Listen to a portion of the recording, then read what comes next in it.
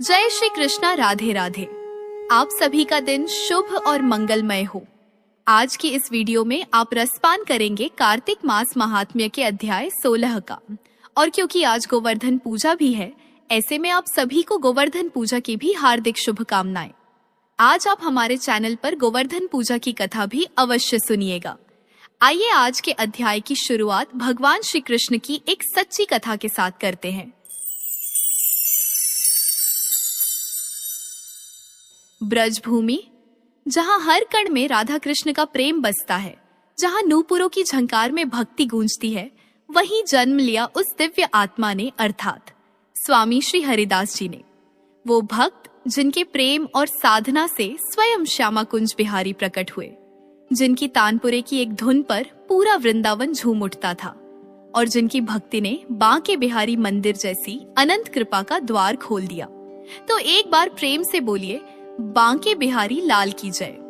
स्वामी हरिदास जी भगवान श्री कृष्ण के ऐसे अनन्य उपासक, जिन्होंने भक्ति को केवल साधना नहीं बल्कि प्रेम का साक्षात रूप बना दिया। उनका जीवन केवल कथा नहीं, एक दिव्य प्रेरणा है कि जब मन सच्चे प्रेम से प्रभु को पुकारता है तो स्वयं भगवान प्रकट होकर उत्तर देते हैं। आइए जाने उस संत की अद्भुत कथा, जिनकी भक्ति से जन्म हुआ वृंदावन के बांके बिहारी जी महाराज का। श्री बिहारी जी महाराज के प्रिय, जिनकी असीम प्रेमा भक्ति के कारण आज लाखों करोड़ों भावुक भक्तों को श्री बिहारी जी महाराज के दर्शनों का सौभाग्य प्राप्त हुआ है। आइए इन स्वामी हरिदास जी के विषय में कुछ जाने। गर्भाचार्य के ये वंशज परंपरा से भगवान श्री कृष्ण के अनन्य भक्त थे। मुल्तान के उच्च ग्राम को, जो अब पाकिस्तान में है, इन्होंने अपना केंद्र बनाया। आगे चलकर सैकड़ों पीढ़ियों के बाद इसी वंश में स्वामी श्री आशुधीर जी महाराज का आविर्भाव हुआ। इनकी पत्नी का नाम गंगा देवी था। मान्यता है कि श्री आशुधीर जी और गंगा देवी क्रमशः श्री गिरिराज गोवर्धन और मानसी गंगा के अवतार थे। स्वामी श्री हरिदास जी इन्हीं के आत्मज थे। हरिदास जी के जन्म से पूर्व स्वामी आशुधीर जी अनेक तीर्थों का भ्रमण दर्शन करते हुए अलीगढ़ जनपद की कोल तहसील में ब्रज के किनारे आकर एक गांव में ठहरे। वहां गांव वासियों के आत्मीयतापूर्ण मधुर व्यवहार और आग्रह को देखकर वे वहीं बस गए। इसी गांव में रहते हुए गंगा देवी ने क्रमशः 3 पुत्रों को जन्म दिया, हरिदास जी, जगन्नाथ जी और श्री गोविंद जी। यूं तो तीनों ही भाई बड़े संस्कारी थे, किंतु उनमें हरिदास जी का व्यक्तित्व बड़ा ही विलक्षण था। ये बचपन से ही एकांत प्रिय थे। अनासक्त भाव से भगवत भजन में लीन रहने से इन्हें बड़ा सुख मिलता था। श्री हरिदास जी का कंठ बड़ा ही मधुर था। जब वे कोई भजन गाते थे या कोई रागिनी छेड़ते थे तो गांव भर के स्त्री पुरुष, बूढ़े बच्चे अपना काम छोड़कर उन्हें आ घेरते थे और गीत के मुग्ध कर देने वाले राग को सुनकर आनंद रस में निमग्न हो जाते। धीरे धीरे श्री हरिदास जी के यश का प्रकाश आसपास के गांव में भी फैल गया और किशोर अवस्था से बड़े होते होते उनका यश इतना फैल गया कि लोग इनके गांव को श्री हरिदास जी का गांव कहकर पुकारने लगे, जो आगे चलकर हरिदास नाम से प्रसिद्ध हो गया। आज भी वह इसी नाम से जाना जाता है। अभी तीनों भाइयों ने यौवन की दहली पर पैर रखा ही था कि उनका विवाह हो गया। तीनों भाई गृहस्थ जीवन में प्रविष्ट हो गए, किंतु श्री हरिदास जी के लिए जैसे कुछ हुआ ही नहीं। वे अब भी पूर्व की तरह अपनी साधना में लीन रहते थे। थोड़े वर्ष पश्चात दोनों भाइयों को संतान प्राप्ति हुई।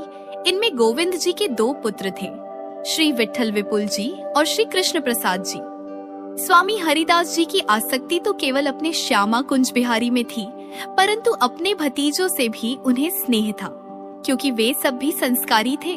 श्री हरि से उनका प्रेम था, इसलिए वे सदा उन्हें हरि भक्ति का ही उपदेश देते थे।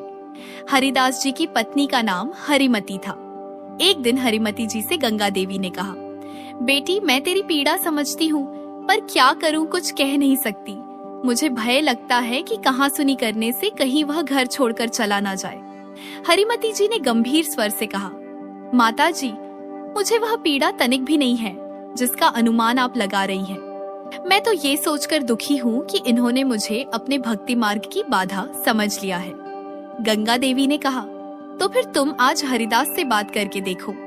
रात्रि का समय था, चारों ओर चंद्रमा का प्रकाश फैला हुआ था। हरिदास जी अपने कक्ष में साधना लीन थे। तभी हल्की सी आहट के साथ दरवाजा खोलकर हरिमती जी ने प्रवेश किया। हरिदास जी ने आंखें खोली तो उन्हें पास जलते दीपक के मंद प्रकाश में हरिमती जी दिखाई दी। आप अभी तक सोई नहीं? हरिदास जी ने पूछा। हे प्राणनाथ, मैं आपकी अनुगामिनी हूँ, आप जागे और मैं सोऊं। हरिमती जी ने उत्तर दिया। तो तुम भी अपने कक्ष में जाकर श्री हरि की आराधना करो। हरिदास जी ने समझाया, आप जिस भी लक्ष्य की ओर बढ़ेंगे, मैं आपको वचन देती हूँ कि मैं सदा आपके पीछे रहूंगी। हरिमती जी ने कहा। हरिदास जी ने एक क्षण सोचकर कहा, इसका प्रमाण। इतना सुनते ही हरिमती जी के मुखमंडल पर तेज आ गया। उन्होंने वह जलते हुए दीपक से हाथ जोड़कर कहा, हे अग्निदेव, स्वामी प्रमाण मांग रहे हैं, मेरी कुछ सहायता करिए। उसी क्षण दीपक में से दिव्य ज्योति प्रकट हुई और उसने हरिमती जी की देह को हरिदास जी के चरणों में विलीन कर दिया। कुछ देर बाद परिवार के अन्य सदस्य भी वहां आ गए। हरिदास जी ने सब कुछ बता दिया, किंतु उनके माता पिता के अतिरिक्त किसी को भी इस बात पर विश्वास न हुआ।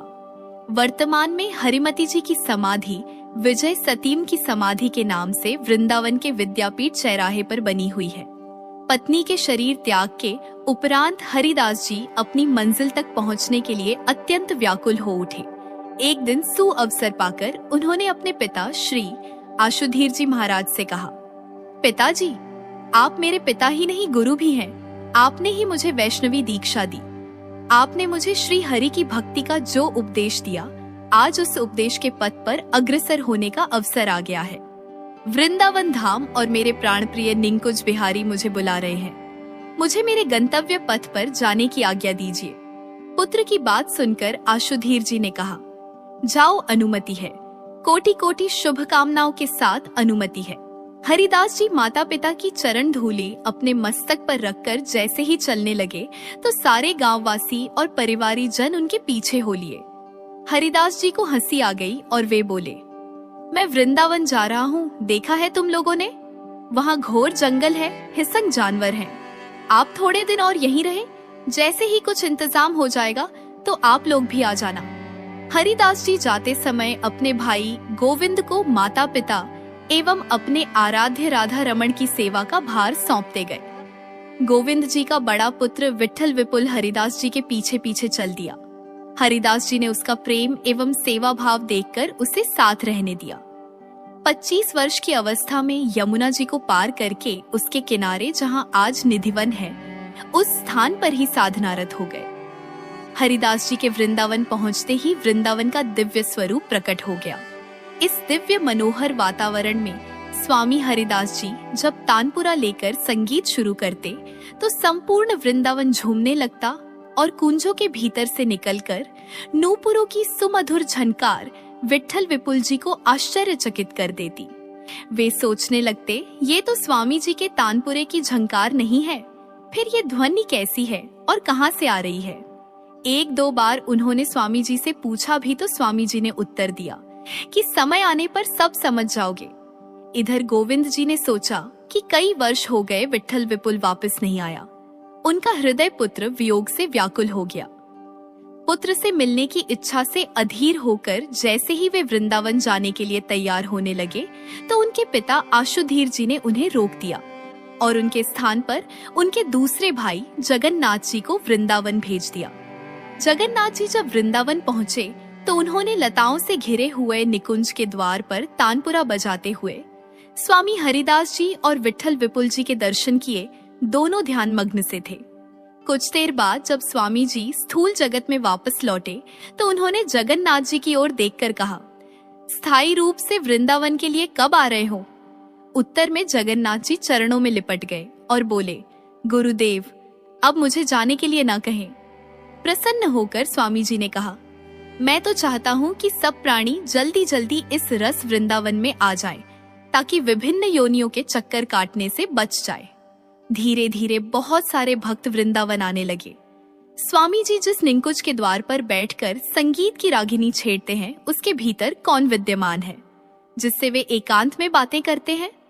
इस कौतूहल से विट्ठल विपुल जी ने कई बार झांक कर देखा, किंतु उन्हें अंधेरे के अतिरिक्त कुछ दिखाई नहीं देता था। एक दिन तो वे उसमें घूमकर भी देख आए। इस विषय में उन्होंने जगन्नाथ जी से भी कहा तो उन्होंने उत्तर दिया कि स्वामी जी की लीला तो स्वामी जी ही जाने, ये जो भी रहस्य है वह स्वामी जी की कृपा से ही ज्ञान गोचर हो पाएगा। इसी बीच एक बार स्वामी जी ने विट्ठल विपुल जी को अपने पास बुलाया और पूछा, तुम जानते हो आज किसका जन्मदिन है? विट्ठल विपुल जी ने कहा, नहीं। तब हरिदास जी ने कहा, ठीक है, न जानना ही अच्छा है। देखो, आज तुम्हारा ही जन्मदिन है। इस अवसर पर मैं तुम्हें कुछ सौगात देना चाहता हूँ। विट्ठल विपुल जी ने कहा, मुझे सौगात नहीं चाहिए। मेरी तो केवल एक ही चाह है कि आपके निकुंज का रहस्य जानूं और आपके प्राणाराध्य श्याम कुंज बिहारी के स्वरूप की मुझे एक झलक मिले। हरिदास जी ने कहा, वही सौगात मैं आज तुम्हें देना चाहता हूँ। विट्ठल विपुल आनंद से सिहर उठे। स्वामी जी नेत्र मुंह कर बैठ गए। हाथ तानपुरे पर था। स्वामी जी ने गाना प्रारंभ किया। तभी नील गौर प्रकाश की किरणें फैलने लगीं और सहसा परस्पर हाथ थामे मुस्कुराते हुए श्यामा कुंज बिहारी के दर्शन हुए। प्रिया प्रियतम मुस्कुरा रहे थे। गीत समाप्त होते ही प्रिया जी बोली, ललिते।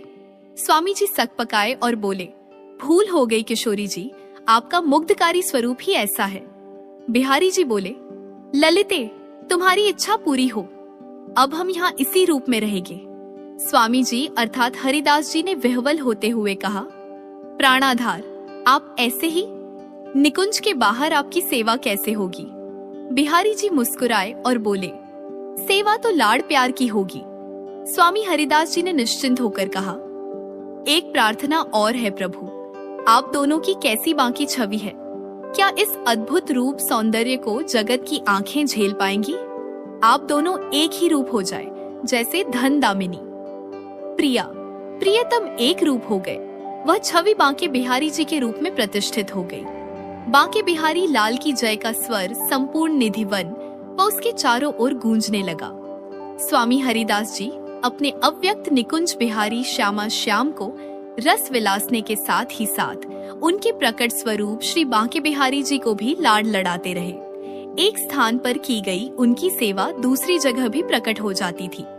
स्वामी हरिदास जी ने कुछ समय के पश्चात बिहारी जी को लाड लड़ाने की सेवा जगन्नाथ जी एवं उनके पुत्रों को दे दी। स्वामी जी ने ही बिहारी जी की 3 आरतियों का क्रम निर्धारित किया। सेवा के अवसर पर स्वामी जी स्वयं उपस्थित रहते थे और वे श्यामा जी की गद्दी के पास बैठकर राग गाते रहते थे। सेवा का क्रम ऐसा है कि पहले श्री किशोरी जी की गद्दी की सेवा होती है, बाद में बिहारी जी महाराज का श्रृंगार होता है। एक दिन जगन्नाथ जी दत्तचित्त होकर प्रिया जी का श्रृंगार करने में संलग्न थे। वे चंद्रिका उठाने के लिए जैसे ही नीचे झुके, तत्काल प्रिया जी ने प्रकट होकर उनकी गूदरी उठाकर दूर रख दी और अपनी छुंदरी ओढ़ा दी। गोस्वामी जी ने अपने ऊपर छुंदरी देखी तो हड़बड़ा गए। यह कैसा अपराध हो गया? तो प्रिया जी बोली, ऐसे ही रहो। तब से जगन्नाथ जी वैसे ही रहने लगे।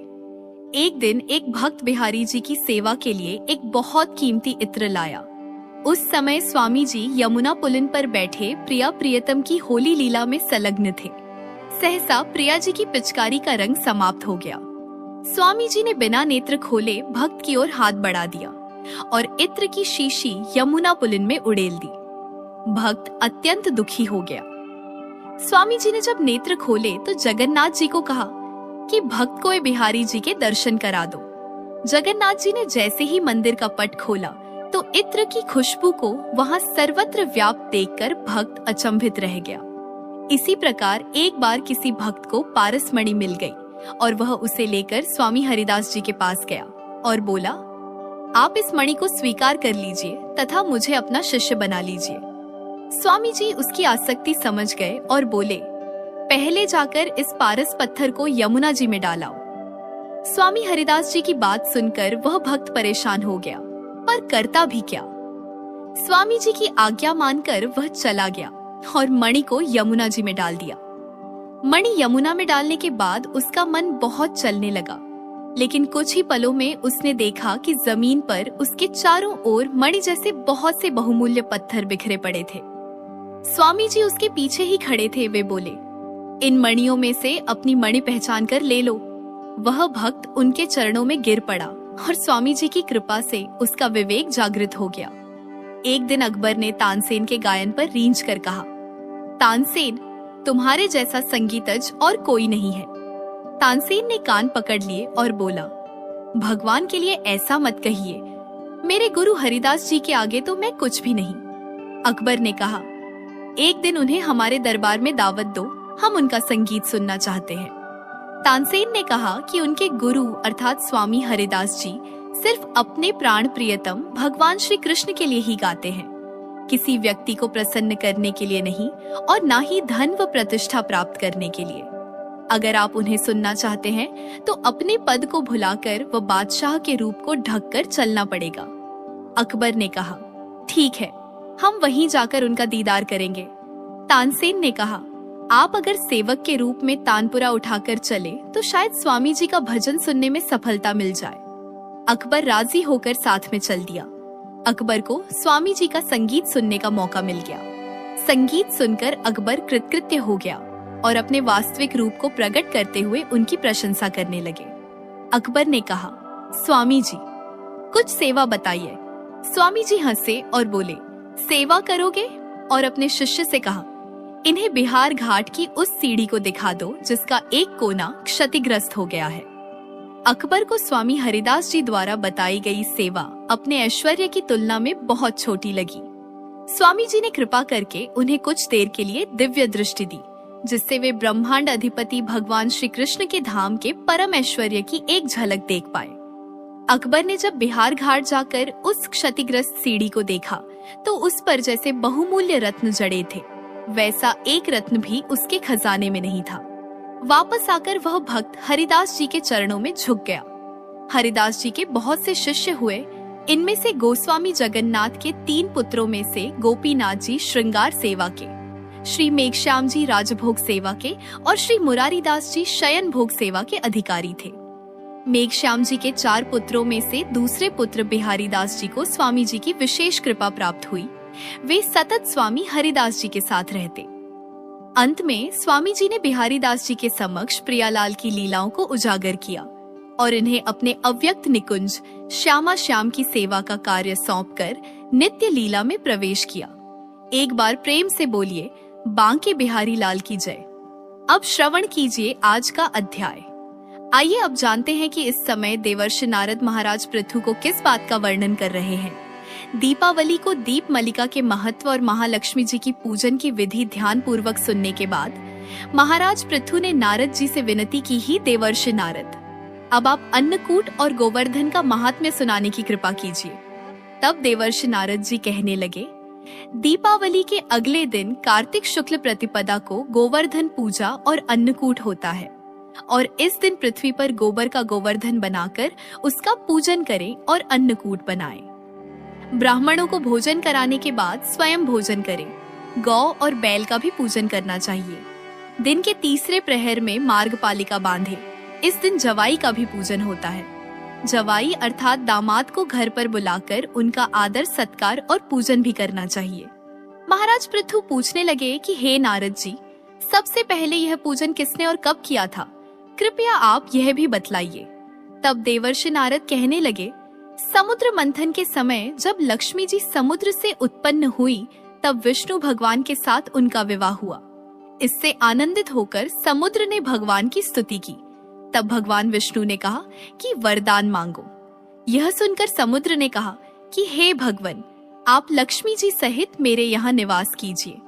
समुद्र की बात सुनकर भगवान श्री हरि ने कहा कि ऐसा ही होगा और तब भगवान विष्णु लक्ष्मी जी सहित क्षीर सागर में शेष शैया पर अवस्थित हो गए।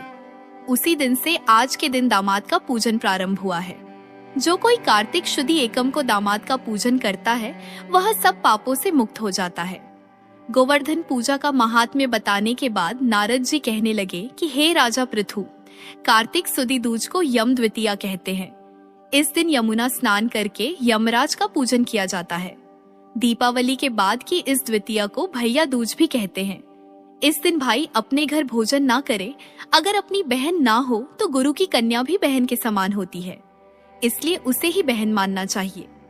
इस दिन बहन अपने भाई की आयु बढ़ाने की कामना से 8 चिरंजीवियों अर्थात मार्कंडेय, बलि, व्यास, हनुमान, विभीषण, कृपाचार्य, अश्वत्थामा और परशुराम जी का विधि पूर्वक पूजन करे।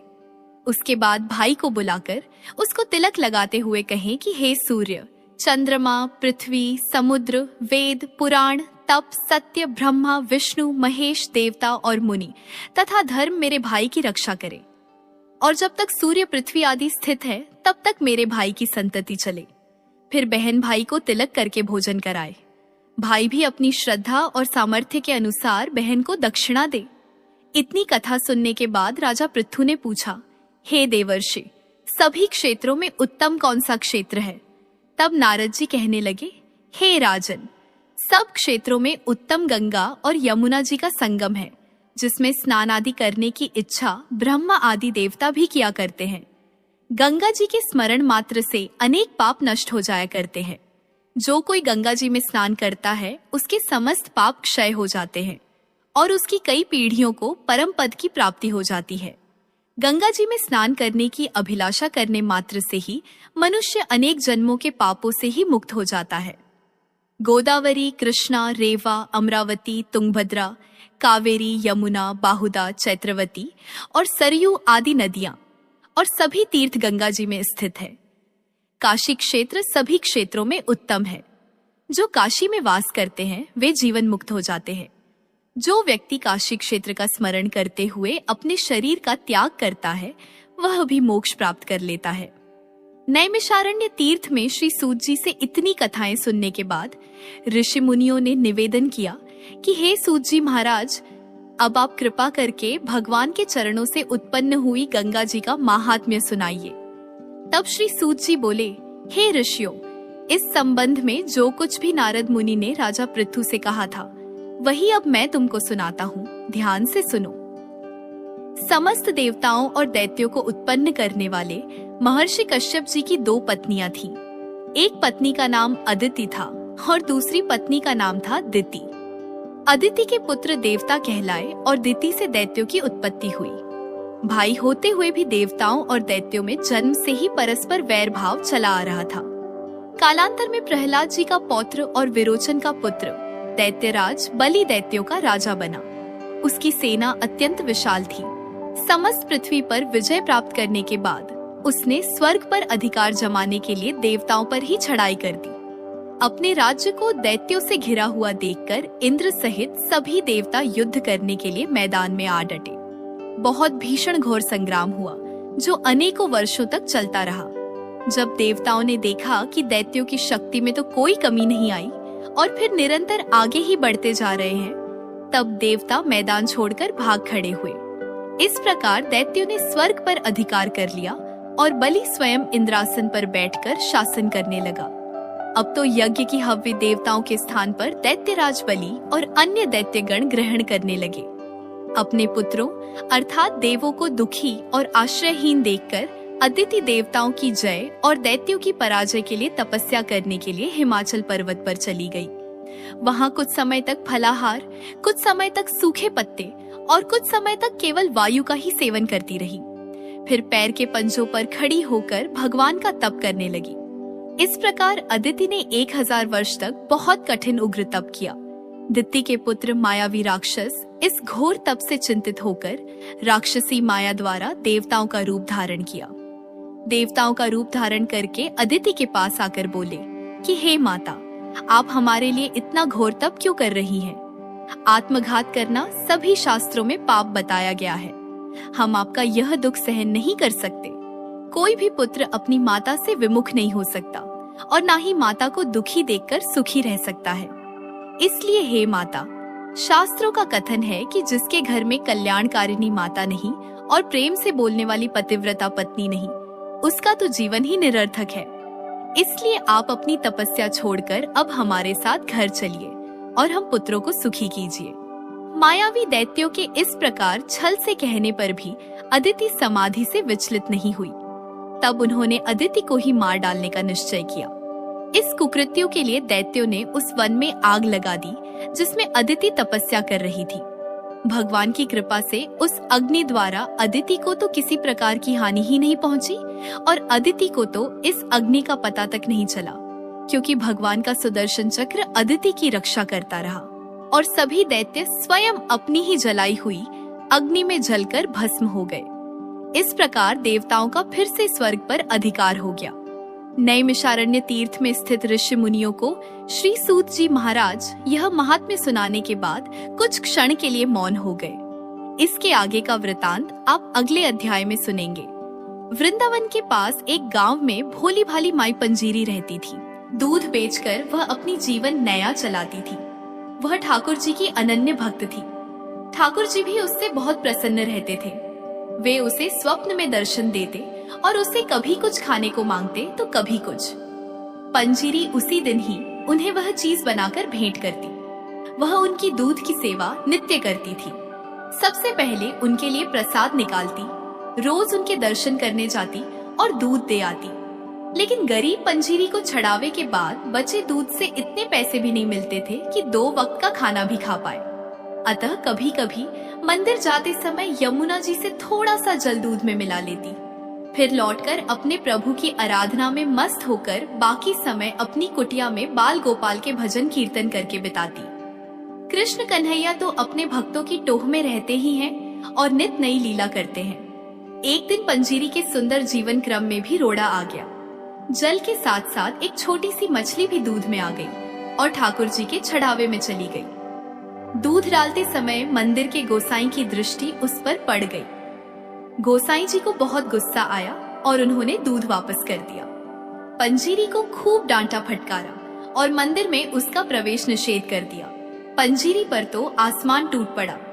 वह बेचारी रोती बिलखती घर पहुंची और भगवान के सामने जाकर बोली, ठाकुर जी, मुझसे बहुत बड़ा अपराध हो गया, क्षमा करो। पानी तो रोज मिलाती हूँ, तुमसे कहाँ छिपा है, ना मिलाऊं तो गुजारा कैसे हो।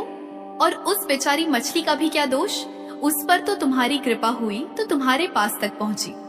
लेकिन प्रभु, तुमने तो आज तक कोई आपत्ति नहीं की, प्रेम से दूध पीते रहे। फिर ये गोसाई कौन होता है मुझे रोकने वाला। और मुझे ज्यादा दुख इसलिए है कि तुम्हारे मंदिर के गोसाई ने मुझे इतनी खरी खोटी सुनाई और तुम कुछ नहीं बोले। हे ठाकुर जी, यही मेरा अपराध है, तो मैं प्रतिज्ञा करती हूँ कि तुम अगर रूठे रहोगे और मेरा छड़ावा स्वीकार नहीं करोगे तो मैं भी अन्न जल ग्रहण नहीं करूंगी, यही प्राण त्याग दूंगी। भूखी प्यासी रोते रोते शाम हो गई। तभी पंजीरी के कानों में एक मधुर कंठ सुनाई दिया, मायो माई। पंजीरी उठी तो दरवाजे पर देखा कि एक सुदर्शन किंतु थका हारा सा एक किशोर कुटिया में झांक रहा है। पंजीरी बोली, कौन हो बेटा। फिर उस लड़के ने कहा, मैया, ब्रजवासी ही हूँ, ठाकुर जी के दर्शन करने आया हूँ। बड़ी भूख लगी है, कुछ खाने का मिल जाए तो तुम्हारा बड़ा आभारी रहूंगा। पंजीरी के शरीर में ममता की लहर दौड़ गई। उसने कहा, कोई पूछने की बात है बेटा, घर तुम्हारा है। ना जाने तुम कौन हो जिसने आते ही मुझ पर ऐसा जादू बिखेर दिया है। बड़ी दूर से आए हो क्या? क्या खाओगे बताओ, अभी जल्दी से बना दूंगी। इस किशोर ने कहा, अरे मैया, इस समय क्या रसोई बनाओगी, थोड़ा सा दूध दे दो, वही पीकर सो जाऊंगा। दूध की बात सुनते ही पंजीरी की आंखें डबडबा आईं। फिर अपने आप को संभालते हुए बोली, बेटा, दूध तो है पर सवेरे का है, जरा ठहरो, अभी गैया को सहलाकर थोड़ा ताजा दूध दूह लेती हूँ। किशोर ने कहा, अरे नहीं मैया, उसमें समय लगेगा। सवेरे का भूखा प्यासा हूँ, दूध का नाम लेकर तूने मुझे अधीर बना दिया है। अरे वही सुबह का दे दो, तुम बाद में दुहती रहना। डबडबाई आंखों से पंजीरी बोली, थोड़ा पानी मिला हुआ दूध है। अरे मैया, तुम मुझे भूखा मारोगी क्या? जल्दी से दूध छान कर दे दो, वरना मैं यही प्राण छोड़ दूंगा। पंजीरी को बड़ा आश्चर्य हुआ कि ये बालक कैसी बात कर रहा है। दौड़ी दौड़ी गई और झटपट दूध दे दिया। दूध पीकर बालक का चेहरा खिल उठा और उसमें कहा, मैया, कितना स्वादिष्ट दूध है। तू तो यूं ही ना जाने क्या क्या बहाने बना रही थी। अब तो मेरी आंखों में नींद भर आई है, अब मैं सो रहा हूँ। इतना कहकर वो वहीं सो गया। पंजीरी को फुर्सत हो गई तो दिन भर की थकान, दुख और अवसाद ने उसे फिर घेर लिया। झाड़े के दिन थे, भूखे पेट उसकी आंखों में नींद कहाँ से आती। झाड़ा बढ़ने लगा तो अपनी ओढ़नी बालक को ओढ़ा दी। दूसरे प्रहर जब आंख लगी तो ठाकुर जी को अपने सम्मुख खड़ा पाया। ठाकुर जी बोले, मैया, मुझे भूखा मारेगी क्या? गोसाई की बात का बुरा मानकर रूठ गई। खुद पेट में अन्न का एक दाना तक न डाला और मुझे दूध पीने को कह रही है। मैंने तो आज तेरे घर आकर दूध पी लिया, अब तू भी अपना व्रत तोड़कर कुछ खा पी ले, और देख, मैं रोज तेरे दूध की प्रतीक्षा में व्याकुल रहता हूँ, मुझे उसी से तृप्ति मिलती है। अपना नियम कभी मत तोड़ना। गोसाई भी अब तेरे को कुछ ना कहेंगे। दूध में पानी मिलाती हो तो क्या हुआ, उससे तो दूध जल्दी हजम हो जाता है। अब उठो और भोजन करो। पंजीरी हड़बड़ाकर उठी, देखा कि बालक तो कुटिया में कहीं नहीं था। फिर वह विचार करने लगी, सचमुच लाला ही कुटिया में पधारे थे। पंजीरी का रोम रोम हर्षोल्लास का सागर बन गया। झटपट 2 टिक्कड़ बनाए और मदन मोहन को भोग लगाकर आनंद पूर्वक खाने लगी। उसकी आंखों से अश्रुधारा बह रही थी। थोड़ी देर में सवेरा हो गया। पंजीरी ने देखा कि ठाकुर जी उसकी ओढ़नी ले गए हैं और अपना पीतांबर कुटिया में ही छोड़ गए हैं। इधर मंदिर के पट खुलते ही गोसाई ने ठाकुर जी को देखा तो पाया कि प्रभु एक फटी पुरानी सी ओढ़नी ओढ़े आनंद के सागर में डूबे हैं। उसने सोचा कि प्रभु ने अवश्य फिर कोई लीला की है, लेकिन इसका रहस्य उसकी समझ से परे था। लीला उद्घाटन के लिए पंजीरी दूध और ठाकुर जी का पीतांबर लेकर मंदिर के द्वार पर पहुंची और बोली, गोसाई जी देखो तो लाला को, पीतांबर मेरे घर छोड़ आए और मेरी फटी ओढ़नी ले आए। कल सवेरे आपने मुझे भगा दिया था, लेकिन भूखा प्यासा मेरा लाला दूध के लिए मेरी कुटिया पर आ गया। गोसाई जी पंजीरी के सामने बैठ गए। भक्त और भगवान के बीच मैंने क्या कर डाला, भक्ति बंधन को ठेस पहुंचाकर मैंने कितना बड़ा अपराध कर डाला माए, मुझे क्षमा कर दो। पंजीरी बोली, गोसाई जी देखी तुमने लाला की चतुराई, अपना पीतांबर मेरी कुटिया में जानबूझकर छोड़ दिया और मेरी फटी ओढ़नी उठा लाए। भक्तों के सम्मान की रक्षा करना तो इनकी पुरानी आदत है। ठाकुर जी धीरे धीरे मुस्कुरा रहे थे। अरे मैया, तू क्या जाने कि तेरे प्रेम से भरी ओढ़नी ओढ़ने में जो सुख है वो पीतांबर में कहाँ है। तो ऐसे हैं हमारे ठाकुर जी। एक बार प्रेम से बोलिए, जय श्री कृष्ण, राधे राधे।